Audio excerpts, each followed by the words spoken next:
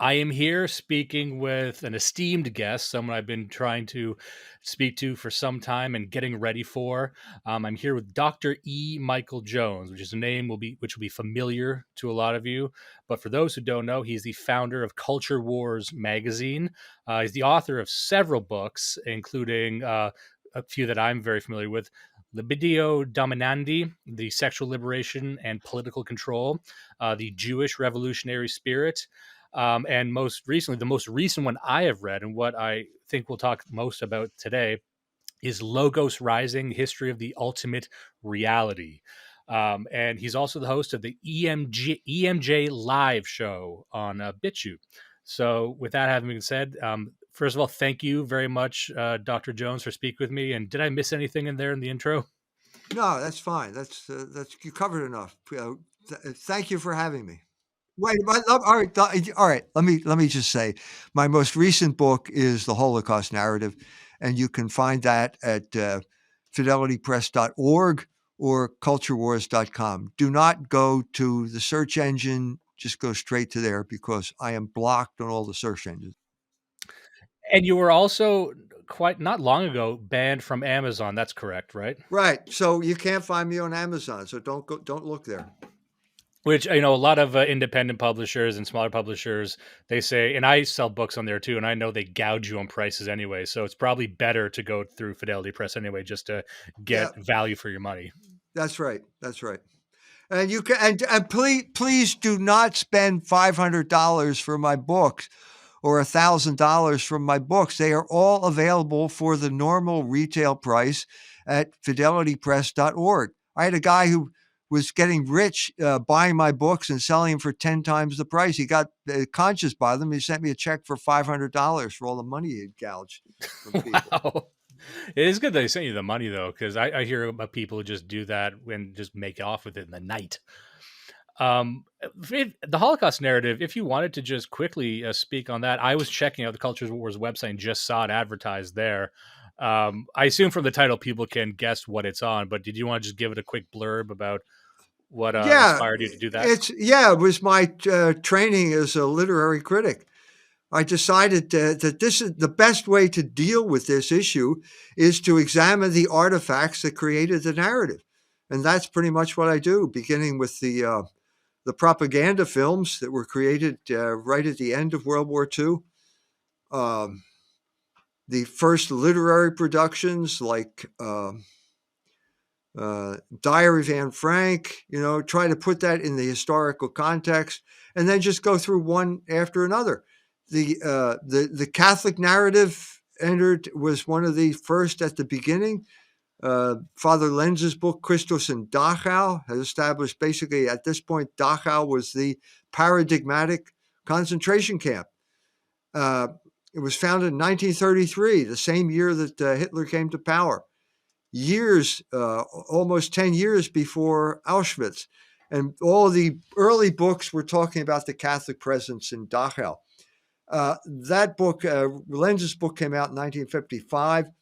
3 years later, the Jews hijacked the narrative when Francois Mauriac, a French Catholic, came up with a book called La Nuit, or Night, as it came to be known. It was basically his translation into elegant French of a Yiddish memoir, Und die Welt hat geschwiegen, by Elie Wiesel.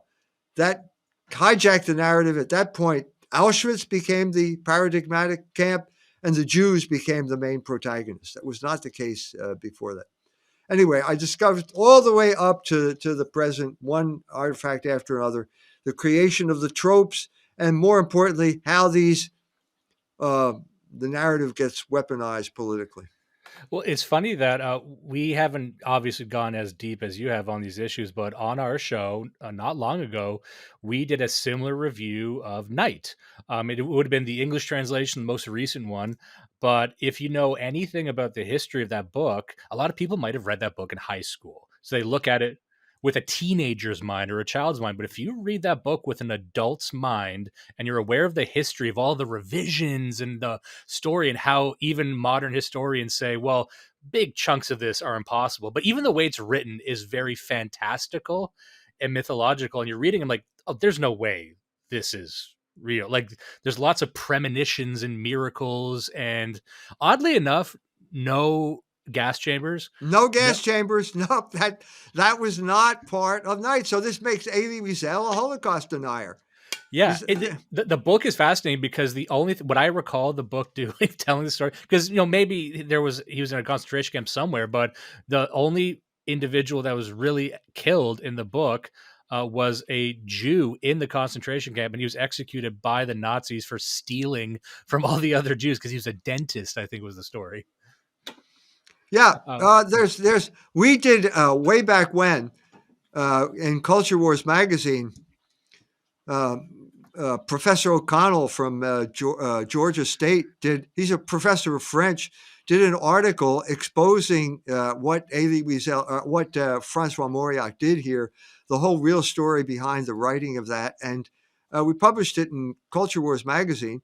And immediately Debbie Lipstadt jumped in and accused him of Holocaust denial for 2 weeks for scholarship. This is what the university is supposed to do, right? He's a professor of French. Mauriac wrote this book in French. And she jumps in and she tried to get him fired. And to their credit, they did put him on a kind of trial, but they said, this is scholarship. We're not going to fire the guy. And so Debbie Lipstadt was thwarted. If you let people like this in, they will throw you in jail because they can't defend their own narrative. and it was funny. I know there's other individuals in this scene, like guys from the Right Stuff.biz and all of them. They made the joke one time. They're like, "Look, we're doing what you said we should do, which was take this seriously. We went and we read all the stuff.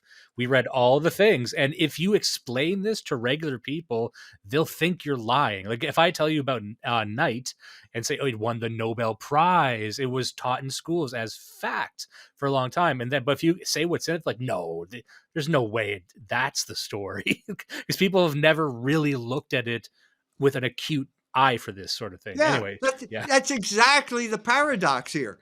In other words, you have to read my book, but you can't talk about it. Well, wait a minute. Why am I reading it then if I can't talk about it? It's true. Maybe you know what, and I'm curious. Maybe we could start with this, and I don't want to spend too long. We don't need to on the whole Jewish thing, but I'm sure it's been of keen interest to you to see the narrative begin, at least momentarily, to shift in the popular zeitgeist. It seems that now more than ever, at least for mostly non-whites, I would say, but like there's lots of people who can be very critical and openly critical about Israel and these sorts of things. Is this historically unique to you, with someone who's had a bit more experience seeing these things with the Israeli-Palestinian conflict and whatnot? No, it's been going on for 75 years. I'm the same age as the state of Israel, but it's only gotten worse. And now the point is, it has become unavoidable. We just can't ignore it anymore. The Israelis have turned the entire world against them, and something serious is going to happen. This can't go on forever. Which that's why I felt that I had to write the book, because the Holocaust narrative is the founding myth of the American empire. It's the state religion. The government pays for Holocaust museums. The government doesn't pay for Catholic churches or anything. And if you're going to become an FBI agent, it's mandatory to go to a Holocaust museum. So this is the state religion. It's funny that I always try and say that if you're successful in making these points if you can make them to your mom. My mom's not a political person, but if I can wrap her head around this, then it means I've done a good job. So I would say to her, I'm like, don't you think it's odd that in, let's say, America, the two most oppositional political parties maybe in American history, who can't even agree on what gender is, seem to both be in consensus about the importance of Israel? Like that's the one thing not only does everyone agree on, but you're not allowed to disagree on it. Isn't that weird? And Yeah, then they go, huh, that's interesting. that's interesting. Yeah, that's right.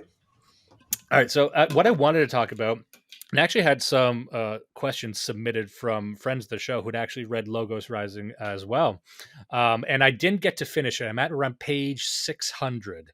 I was trying to get it done for the interview, but I was taking such copious notes, and we're also going to cover the book on the show in a book review. So I wanted to, maybe that'll be the launching off point, but I wanted to see in your words, because I might do a bad job butchering some of the concepts. We've covered the concept of logos on this show, and I've heard that word thrown around a lot in this sort of political milieu that we're in. A lot of people talk about logos, but I was never very clear about what it was. And I was wondering if you could provide, and this might sound like a big question, a short summary of what logos is and maybe what it is in the context of the modern mind who maybe can't grasp some of the depth of it. Because for the listeners, this is like a 750 page book going back deep into time, explaining the history of logos. So this might be a big ask, but if you could explain what logos is. Yeah, well, it's the Greek word for word, speech, the order of the universe, and so on and so forth. I discovered this, when I was studying Greek as an undergraduate, and you go to the Liddell, the Scott Greek dictionary, and suddenly it's like pages of equivalents. And at that point, I realized I had to use this word. I couldn't use any one of these translations because none of the individual translations did justice to the concept that I needed to use. And the best example was the what I consider the turning point in human history. Obviously, the arrival of Jesus Christ on earth is the turning point in human history. But the gospel that St. John wrote was in many ways a turning point as well, because he began it by saying in Greek, "En arche en ha logos." In the beginning, there was logos. Now, normally the translation is "in the beginning was the word." Well, I heard that for years, never knew what it meant. I don't know what that means.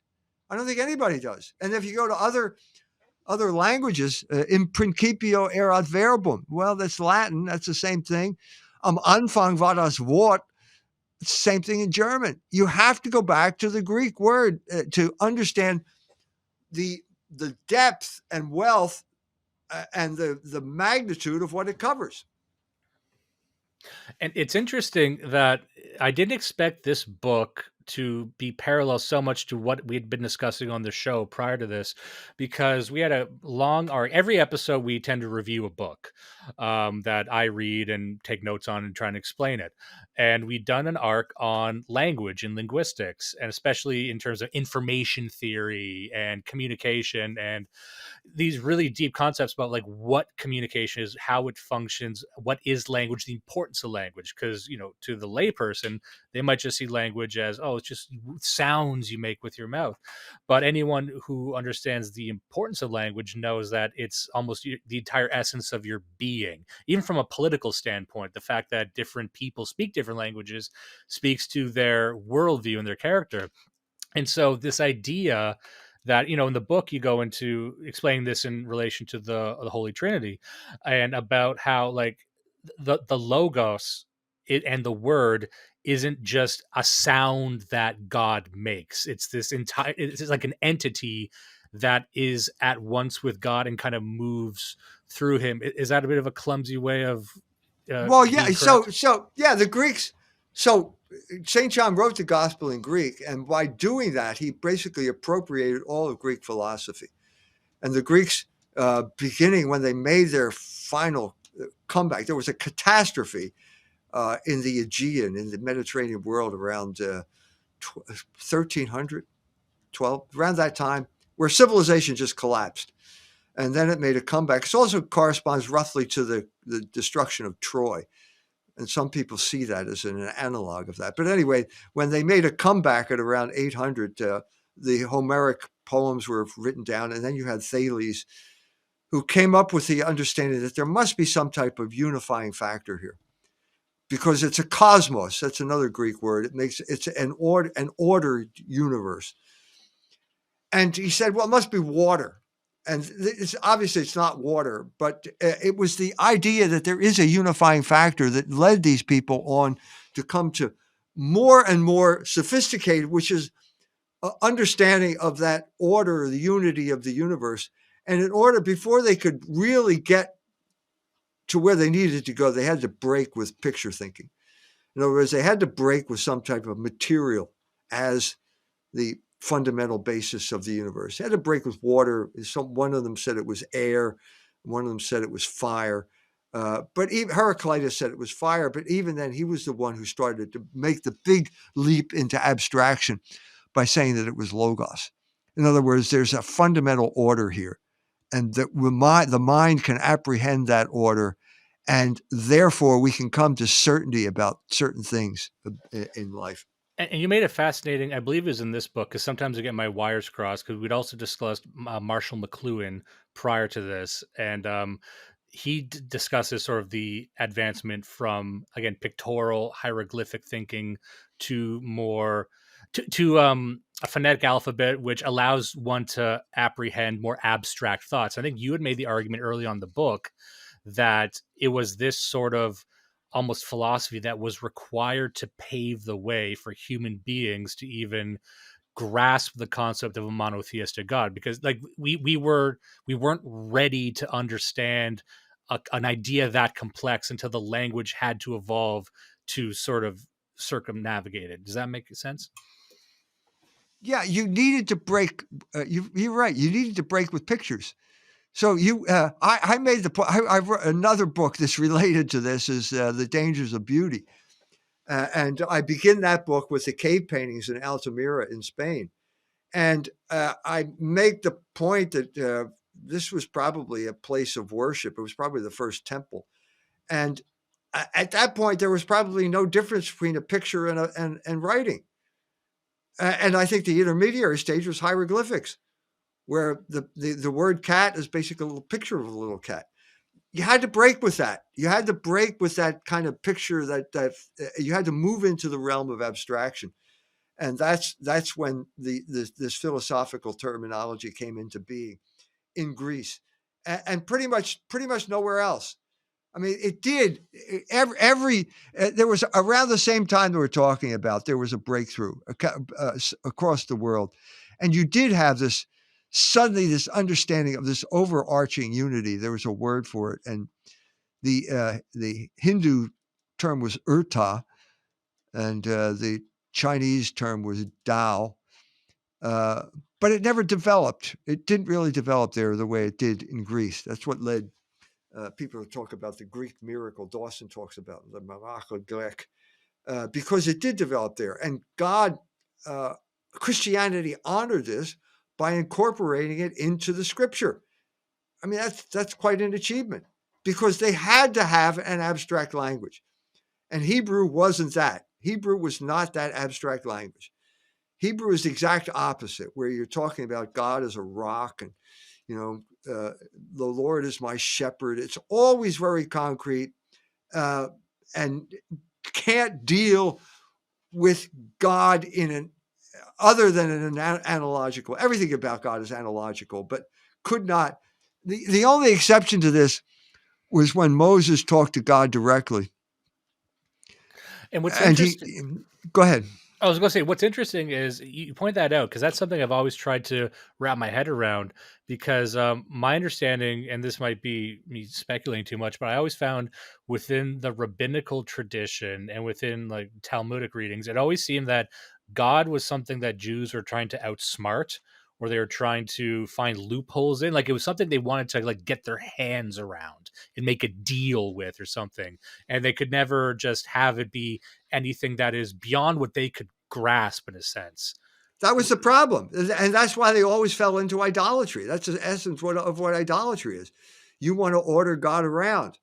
And I'm saying that when Moses had that confrontation, this is the drama that's going on right now. So he has this confrontation with God and says, well, tell me who you are. And he says, I am who am. I'm wager to say, I don't think Moses understood that.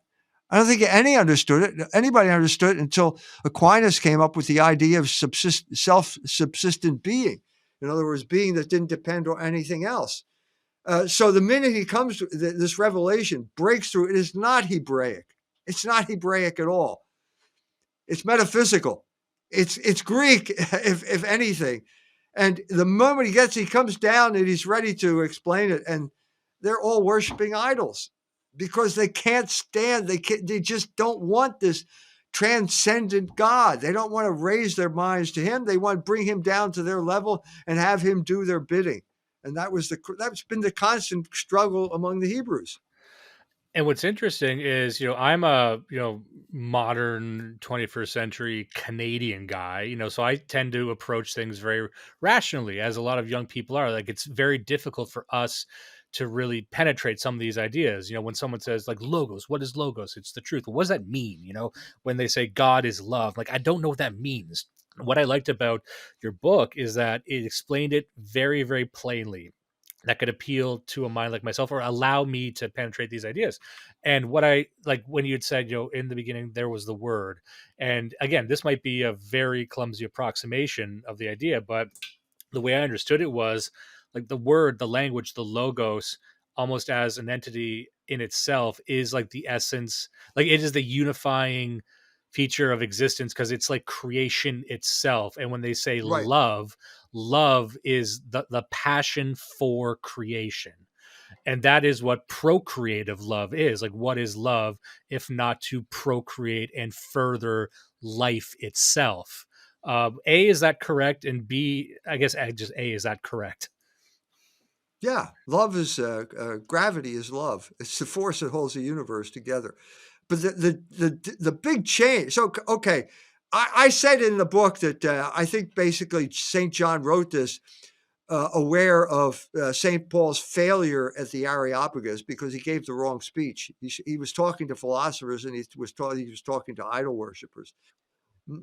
And he needed to correct that, and I think John was the correction. So he begins by saying, "Logos is God. We know what you're talking about. Logos is God," and that was incredible. That's what St. Paul should have said at the Areopagus. Now I understand what you're saying. And then he says, "Okay, now that I have your attention, I'm going to take it even further." And Logos was with God, and Logos is God. Well, wait a minute. Now that's really a lot to think about. And the point is, once you say Logos is God, it's not just geometry, it's a person. And it's a person who can put that geometry into action. And that's human history. And that's And what we're involved in. yeah, and what's interesting about your book, because it is a book about history, the history of logos and the logos of history, and so, and we've covered this somewhat on the show. We had this book, um, "Crisis of the European Mind" by Paul Hazard, which is about the Enlightenment, and sort of how the Enlightenment turned into, from a movement of reason to a movement of just this, like, criticism that's always outward facing and deconstructing everything. But I have a couple questions here, because before I forget, we have a friend of the show by the name of Trouble, and I'm just going to read the questions as they were submitted, because we were talking about Saint John. He says, "Ask him if Saint John was really at Ephesus, and if that changes world history or brought logos forward." I'm not sure what that means. Does that make sense? Yes, he was at Ephesus. He was there with the Blessed Mother. And Ephesus was also where Heraclitus lived 500 years before that. So we updated Heraclitus when he wrote the Gospel of St. John. He baptized Heraclitus. Fantastic. And I actually have another question I got from him, and I'll say it before I forget, once again by Trouble. He says, "Ask him what he thinks of the literary critic Harold Bloom's quote that the three greatest figures in Western literature are Yahweh, Hamlet, and Jesus, and if he thinks secular writing can have a divine spark." Of course it can. Of course it can. That's the point of the dangers of beauty. Beauty is a transcendental, and it's the good, the true, and the beautiful. There are three transcendentals. What they do, each one of them puts you in the presence of the divine. And probably the one that puts you there, makes it most accessible, is beauty. There's a divine spark in beauty. Every time you see beauty, something beautiful, you're apprehending an attribute of God, a transcendent attribute of God. I hope that answers your question, Trouble. Moving on, back to Logos Rising specifically. Like I was saying, what I liked about Logos Rising is it tells a very detailed and intricate story of how our understanding of the Logos was not only kind of subsumed by rationality in the Enlightenment, but kind of fractured into its own theological space. And it kind of fractured into materialism over here, and theology over here, and atheism over here. And I was wondering, and this again, a big question, do you envision sort of the resynthesizing of logos into the Western world at any point, like it used to Yes, be? yes, it's happening right now. My book is going to be the vehicle of this. If you get to the end, you'll see my megalomania becomes obvious there. Uh, because I traced the movement of logos in human history to E. Michael Jones. Okay, so you're kind of getting there. The link, the most recent link, was Notre Dame University. This is the movement of logos across the Atlantic took place in the 20th century. French Thomists like Etienne Gilson and Jacques Maritain brought Thomism, which I think is the movement of logos in human history, over to universities. They tried to get Maritain a job at University of Chicago, Robert Hutchins and uh, uh, Mortimer Adler, the Jewish Thomist, tried to get him a job. This was the great moment for American history. It could have been, they thought that it was like analogous to what happened in Constantinople when the Turks took over, that they had to take the books out of Constantinople and put them in Western Europe. Well, now the Turks were taking over Western Europe. This was the year of the Second World War. And so they brought it to America. So this was the great moment. They couldn't get Maritain a job at the University of Chicago. Gilson had given lectures at Harvard. The Americans knew intuitively that they didn't have a philosophy. It was pragmatism. Hutchinson realized this was stupid. This is not a philosophy. They needed Thomism because it had the metaphysical depth and foundation that America needed. America was a country that was based on Calvinism. And the great Calvinist was Jonathan Edwards, and he gave a sermon called Sinners in the Hands of an Angry God. And he compared man to a spider dangling from a thread. God's holding the spider over the fire, which is hell, by this gossamer thread. And Edwards says, you have nothing to stand on. That is the absence of the metaphysical tradition in American culture. And it became apparent at the 1930s, and they killed it.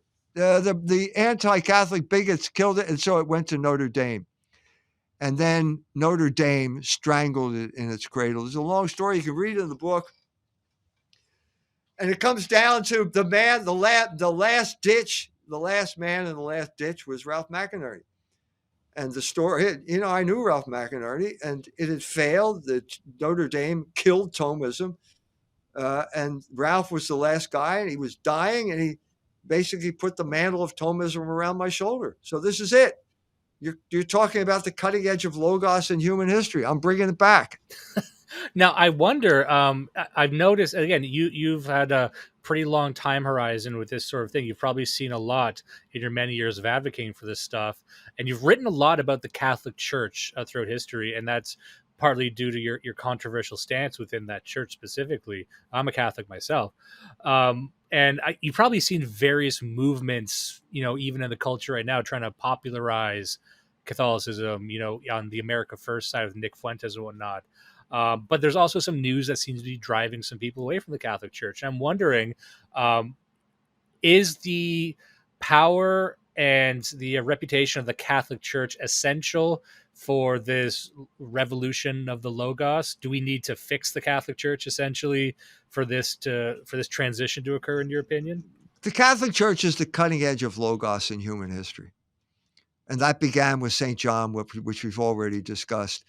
And it sets things in motion to take on a life of their own, but it usually invariably comes back to the Catholic Church because that's the vehicle of Logos. Now, you're right. We're in a very bad situation right now, very bad. And it has to do with another book I wrote called The Jewish Revolutionary Spirit. I couldn't have written that book without the word Logos. I wrote that before I wrote Logos Rising, because the whole turning point in human history from the perspective of that book is basically when Jesus Christ arrives on earth and the Jews have to decide, do we accept him as our Messiah or not? Jesus Christ is the Logos incarnate. The Jews had to either accept him or reject him. And what they decided was to kill him. You killed the Logos incarnate. Now, not all Jews, but the Jewish people killed Jesus Christ. That doesn't mean that the Blessed Mother yelled, crucify him. The Jews who accepted Jesus Christ are known as Christians. The Jews who killed him are known as Jews. And they became revolutionaries, which is an attack on Logos. And that's what they've been ever since. So this is another understanding of the whole movement of human history that is impossible to understand unless you use the word Logos. And you can't have this understanding of Logos simply on your terms or on natural terms, because God entered into human history and he is the Logos incarnate, and that changed human history forever. And I've gotten into this, I've spent time in Iran, a lot of time in Iran, and had a lot of conversations with them. One was with an Iranian woman, long conversations with her on the internet. And so finally she was living in exile, and she said, well, I'm not a Muslim anymore. So I said, well, what are you? And she said, well, I don't know. And I said, well, and then she's telling me, well, what else is there? And I said, well, you become a Catholic. You're living in France. There are still churches there, I think. And she said, what do you mean? I said, well, you got to get baptized. And she flew into a rage at that point and said, you lied to me. You said we were going to talk about Logos. I am talking about Logos. It developed in a different way that no one anticipated that type of development. Up to that point, the idea of Logos was Platonic. And St. Augustine was the guy who you meditate on forms and your mind rises into the eternal realm of forms. Well, it didn't work because he was burdened with concupiscence. All the sins he had committed just weighed his mind down. But you didn't have to do that anymore anyway, because Jesus Christ came down. You're never going to change that bump in the road. You have to accept it. You can't just have philosophy anymore, because Jesus Christ is the Logos. We're talking about Logos, and the Logos entered human history and changed everything because of that.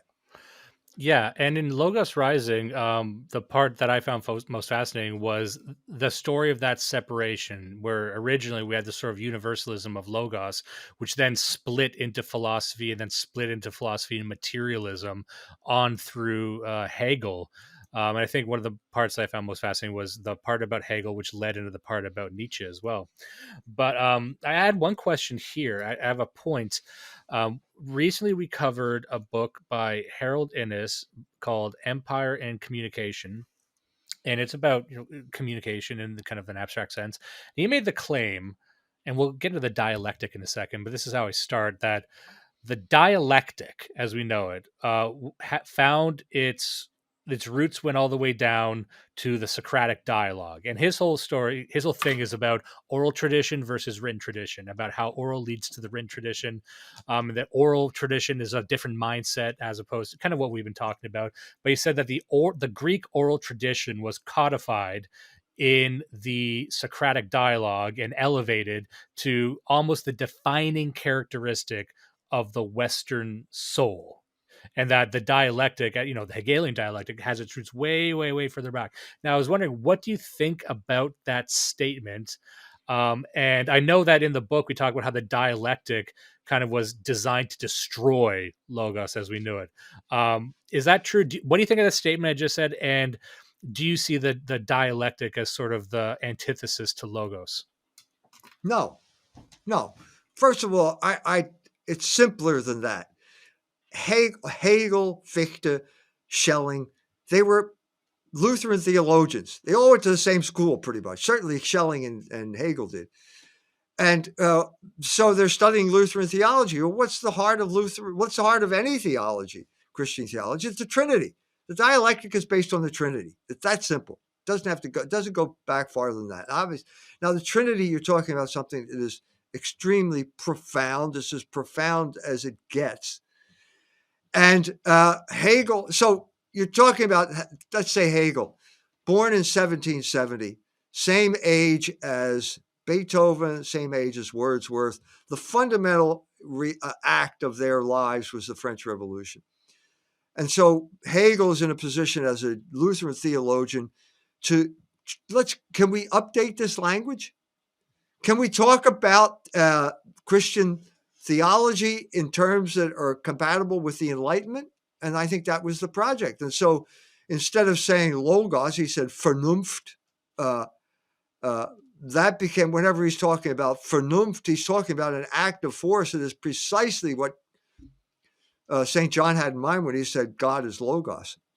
In other words, it's a force in human history that cannot be stopped. You know, it's divine, and so therefore it cannot be stopped. And the problem, okay, so that's in some sense laudable.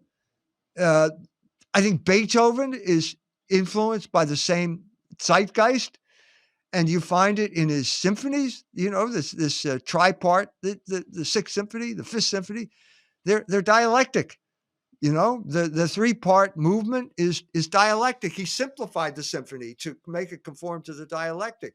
So you can go that far. You can find logoi spermatikoi in creation because God created it, and anything God creates will have some type of impression of God. And so this tripartite division is in nature. And what Hegel is saying is it's the movement of time in human history. It follows this pattern. But then he got into the problem of, okay, I'm going to tell God what he's really like. In other words, I'm going to commandeer the dialectic, and the dialectic will now become the operating system of God and the Trinity. And sorry, wait a minute, you went too far there. You can't do that. Yeah, I remember in the book you had said that he was trying to use the dialectic to replace the mind of God or to apprehend it in some way. Well, that's exactly what Feuerbach said. And it happened when he introduced negativity into God. As soon as you do that, it's not God anymore. It's an idol, but it's also a machine, and it functions all by itself. And so Feuerbach said, well, we don't need God. Or what another way of saying this is the dialectic is God, or the dialectic is the ultimate reality of the motion of matter through human history. And that's what all men call God. And that's what became the God of communism, for example, or the Yeah. God. And to this day, Marxists will say that. I believe, like, just not long ago, sometimes they listen to Slavoj Zizek, like he would say that Hegel was the final philosopher, which maybe you agree with that too, or he was, and everything from that was just split off into different things. But that also, like, he has the model for all the entire universe. People still believe that. Well, Hegel certainly believed it. And to look, if you're staying, I think there is a model for the entire universe, and I think it's related to God, and I think it's logos in some sense or another. And I think the idea of the movement of logos in time there is a kind of a dialectic. I believe in it. I told you, if you read the book, you know why I think Hegel screwed up. Yeah. Well, also it was his apprentices that took it to its logical conclusion. And there's a theme in the book of these people with sort of like roots in Lutheranism trying to reconcile philosophically their beliefs with Lutheranism, but then their proteges just take it to its extreme after their Right. death, and then it becomes Right. this other thing entirely too. Yeah. You can't bring. Okay, so the prolegomena, suddenly Hegel out of nowhere says a child is born. Well, he just got news that he had fathered an illegitimate child at this point. And this is what wrecked his philosophy. Because at this point, he's confronted with guilt and he falls back on the Lutheran default setting, which is basically the enslaved will where Luther blamed God for evil. You cannot impute evil to God. And it's always the guilty people who want to project their guilt onto other people are always the people who do this type of thing. And Luther made a theological virtue out of it, and Hegel was a Lutheran.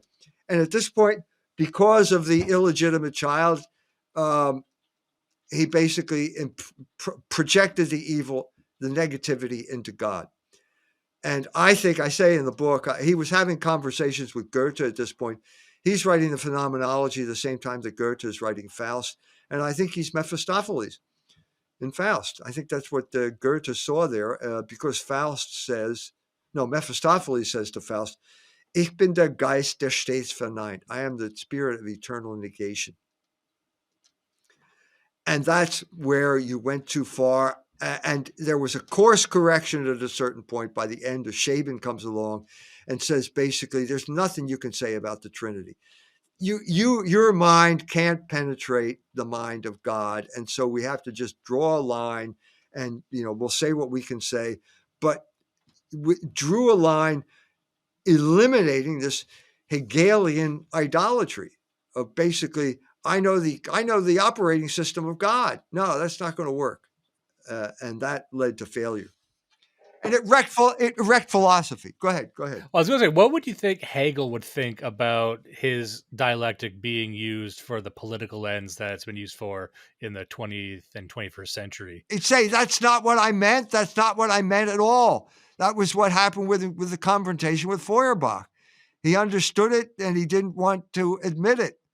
And if Feuerbach said it, then he can imagine, if he felt that way about Feuerbach, you can imagine how he felt about Marx. Dialectical materialism is a contradiction in terms. It doesn't work with matter. It only works with Geist. And that's what probably Hegel would have said to Marx. That's a fantastic quote. I think there's going to be a lot of people who find it interesting. And I know you have to get going soon, and we have a hard stop at 10. But I wanted to ask you a question. I'll tell you what I mean by asking the question. The question is, what are your feelings about quantum mechanics? And the reason I asked that is because we covered some quantum mechanics on the show before, and there's this one book that's tied to string theory, which isn't really popular anymore, but it was about quantum gravity. And what I found was, in the book we talk about how in the scientific world it became materialist due to atoms, and then the belief that everything was just made of tiny things. But what's interesting, and maybe this is tying back to the idea of logos in some way coming back, is when I read about this thing called quantum gravity, they're going down to what is gravity? They can't really explain gravity. And they're trying to go down to the quantum realm to figure out what are the forces that animate the universe itself. And just not to drone on too long about this, but in this one book called The Quest for Quantum Gravity, Reality is Not What It Seems, it was about, they're basically saying that the universe is composed of quarks and things like that, but it's almost like you get to a low enough level and it's just phenomena, it's just like waves, and it's just energy. And they said the universe is like a giant computer. It's a giant computerized record of itself. And the way they're explaining it's in a very scientist sort of way, but it sounds like what they were saying is just a very, very complex mind, or there's some kind of complex mind interwoven with everything. Whose mind is it? God. It's exactly. God's mind. And I'm reading these books. So you came back to God, huh? No, gravity is love. That's all it is. Empedocles figured this out a long time ago. It's love and strife. Those are the two forces of the universe. Newton called them gravity and inertia. He was an alchemist. Adam Smith changed it to economics as competition and self-interest and so on and so forth. That's the pagan universe, okay? That's not the universe that we believe in. If you're asking about Heisenberg was the guy who basically killed materialism. Because he basically, first of all, he was conversant with Greek. He did read Greek philosophy because his father was a classics teacher. So he would lie out on the roof of the Max University in Munich and read Greek philosophy. And I think he picked up the idea of the form. So the atom is a form. I think that's what, it's not a thing, it's a form. And the form is what is, so the analogy would be the soul is the form of the body. It is the first act, it is what holds us together. That's what the atom is. And so it may seem to be matter at some point, but if you pursue it, you can split it and it becomes energy and it disappears because you broke the form. That's the big breakthrough. He ruined the idea that everything out there was atoms in the void. He ruined that idea, and it's not tenable. And I mentioned Bertrand Russell trying to grapple with this. He said everything's atoms in the void, and then suddenly he gets this rumor something's happening in Germany. Maybe I should look into this. And then Heisenberg wins the Nobel Prize in 1931, and that's the end of materialism, philosophical materialism. Yeah, and it seems that ever since then, despite all our technological advances, I find that we're groping in the dark and we're grasping at more abstract things than we could have comprehended, and people are trying to fill in the gaps with something that sounds very familiar. And I know you got to get going soon. I got two more questions, short questions, submitted from fans of the show, friends of the show. One is by a friend of mine named Marion Barry. He simply wanted to say Sneed. The second one is by Now wait a minute. Can you explain that? Is this the mayor of Washington D.C. or who is it? I didn't understand what that meant. no, he's just a listener. That's his screen name, and he's got I don't I actually don't know if that is the mayor. That very well might be. And I am interested. You seem like a guy who's circulated very well on the internet as well. You do a lot of these podcast talks. I was curious if you've ever been exposed to meme culture like that. Yeah, sure. I have my assistant translates these things for me. Ask your assistant about Can you Sneed. do you know what sneed means? I'm looking it up right now. Okay, even he doesn't know. So this is pretty arcane if he doesn't know it. Yes. All right. The last question. We'll get this one right under the wire. A listener by the name of Fancy. This is kind of a broad question, but he was interested in a discussion on. This will sound very broad, but what books you've read specifically, and which ones have helped shape your worldview. And I know in your books you cite a lot of books, but if there's a selection of anything that you hold close to your heart that you would recommend people also read. Okay, so I have a new epiphany. I realized that when I was 19 years old, I became a Jew because I was involved in the art world in Philadelphia. And then I got a job in Germany, and the book I read there was Seven Story Mountain, and it brought me back to the Catholic faith. So that was an important book. The And then Seven-Story Mountain. Okay. The Seven Story Mountain by Thomas Merton. That was an important book in my life. And then I went back to graduate school, and then I was confronted. Now I'm a Catholic, but is Catholicism intellectually respectable? I didn't know. Maybe faith is the opposite of reason. I didn't know. I was just trying to figure this out on my own. And it was Gilson's book, The Spirit of Medieval Philosophy, that convinced me that reason was coherent. And at that point, I discovered Jacques Maritain. I read Three Reformers. And the second part, The Dream of Descartes, became the basis for my doctoral dissertation on Nathaniel Hawthorne, which was The Angel and the Machine, Hawthorne's rational psychology. And that launched my career as a professor, which then blew up when I got fired for being against abortion at St. Mary's College. By the way, St. Mary's just made the news. They're not going to allow guys now into the locker room as long as they claim that they're women. So you're going to see a lot of. So back then, all you had to do was abandon your Catholic faith to become a professor. Now you have to abandon. Well, anyway, I don't want to. Looks like you were on the right track then. I'm glad I got out when I did. I'd hate to.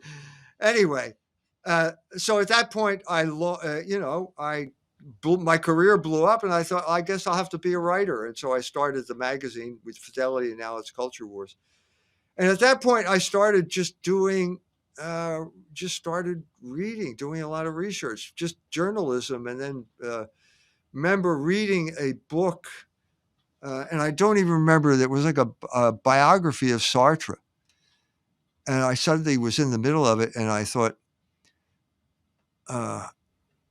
he took a lot of Dexedrine. He took a lot of amphetamines. And maybe that's why I didn't understand what I was reading. And I started to realize that biography was important. And that led to my book, Degenerate Moderns. And so it's been, if you look at the bibliography of all these books, I've read a lot of books in between, but that at least gets you started. The the the the books of Nathaniel Hawthorne were a big influence on me. I just came back to that by writing a book about why Hawthorne was melancholy.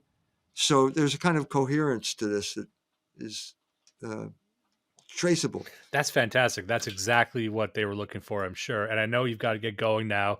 So I just wanted to say, once again, thank you so much for taking the time. For people who want to check out more, check out Culture Wars magazine. You can find that online. And also, Logos Rising is the book. We also discussed the Holocaust narrative, available now.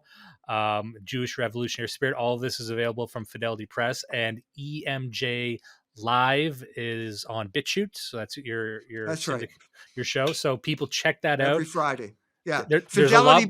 Fidelitypress.org or culturewars.com.